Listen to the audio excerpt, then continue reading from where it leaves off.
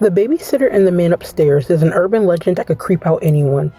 The story goes that a woman named Jane went to babysit for a family who had 2 kids. The phone began to ring, and when she went to answer, no one would respond. She would only hear deep, heavy breathing. So then the phone rings again, and finally a low voice on the other side of the phone asks, "Have you checked on the children?" Jane immediately demanded that they state their name, but instead the call ended. Too afraid to go upstairs, she decided to see for herself if she was being pranked by her fellow classmates who probably just wanted to scare her. So she dialed the operator and asked if they could trace the calls that were being made to the family. After being on hold for what seemed like eternity, the operator came back on the phone in a panic. The operator yelled, "Get out of the house now. The calls are coming from inside the house." Though the story itself is just an urban legend, we all know that some urban legends come from a bit of truth. What is said to be the real story is far more sinister. This story takes place in 1950 in Columbia, Missouri. An 8th grader named Jeanette Chrisman decided that she was going to babysit instead of attending a party. When she arrived at the house, the 3-year-old boy was already asleep.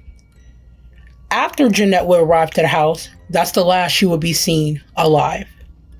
No one knows what happened when she entered the house, but there were many calls from the house that night to the police. The police would hear cries saying to come quick, then the line would cut.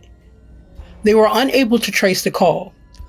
Mrs. Romack, the mother of the child, called the house to see if everything was fine, but the phone would leave a busy signal. She thought little of it until she returned home and saw Jeanette's lifeless body next to the phone. The 3-year-old child was luckily found alive. There was one suspect in the case, a man by the name of Robert Mueller. Mueller was a friend of the Romacks, and he took a disturbing interest in Chrisman. He will often make comments about her body, and there were witnesses who saw him rub his hand over her dress just 2 days before this horrific event. Mueller was someone who was known to carry mechanical pencils, the same pencils that matched puncture wounds found on Chrisman. But the case against Mueller didn't see through due to a botched case, and ultimately, he was never charged. The case remains unsolved to this day.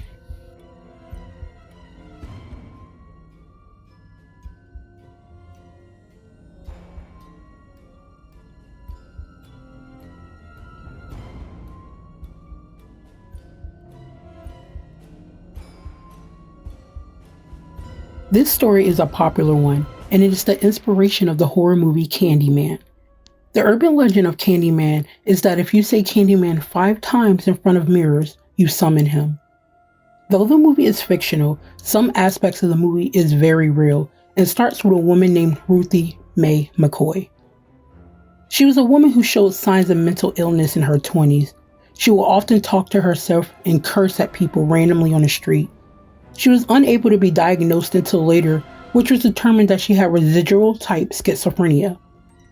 This caused her to often be placed in mental health hospitals, and unfortunately, it made her unable to work. She soon was approved for supplemental security income and was making plans to move from public housing. On April 22, 1987, the police will receive a frantic call from McCoy. She would explain to the cops that people threw her cabinet down and were coming through the bathroom. The dispatcher didn't instantly make the connection that she meant they were breaking in through the medicine cabinet, but they did in fact send a patrol car. There was just one problem. The dispatcher didn't report it as a break-in that was in progress, but a disturbance. This caused the call to not be considered of high priority. Before the patrol car even arrived, there was multiple calls from the neighbors to the police who heard the struggle. The officers arrived on the scene and they knocked on the door to McCoy. There was no answer.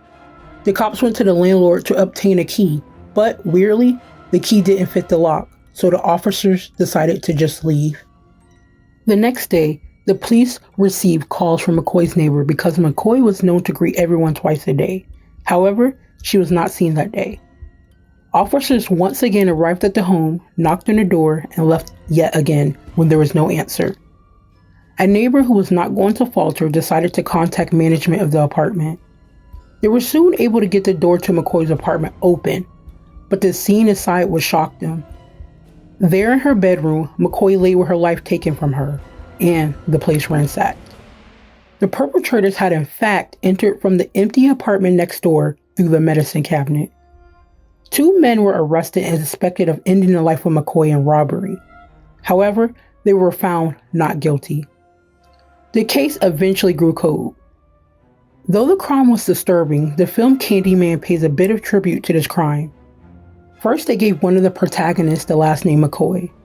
They also provided similar details to the crime that took place. And they even used the apartment complex named Cabrini Green that is next to the complex where McCoy resided.